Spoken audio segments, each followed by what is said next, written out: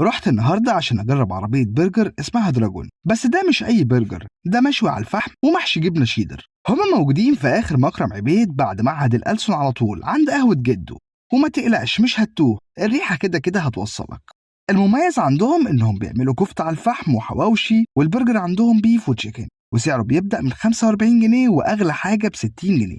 في منهم الساده وفي منه اللي محشي جبنه ومتغرق صوصات طبعا، واي برجر فيهم ينزل لك معاه كميه بطاطس محترمه تشبعك لوحدها. جربت من عندهم سندوتش البيك دراجون، وده بيكون برجر 200 جرام محشي جبنه شيدر وعليه موتزاريلا ستيكس مع بيف بيكن وصوص تيستي. عايز اقول لكم ان الميكس ده جامد قوي، وخصوصا ان البرجر محشي جبنه شيدر مش موتزاريلا. من الحاجات الجامده كمان عندهم العروض. اخدنا عرض اسمه الاكيل، وده بيبقى برجر كلاسيك مع واحد كفته وواحد حواوشي، كل ده ب 85 جنيه بس.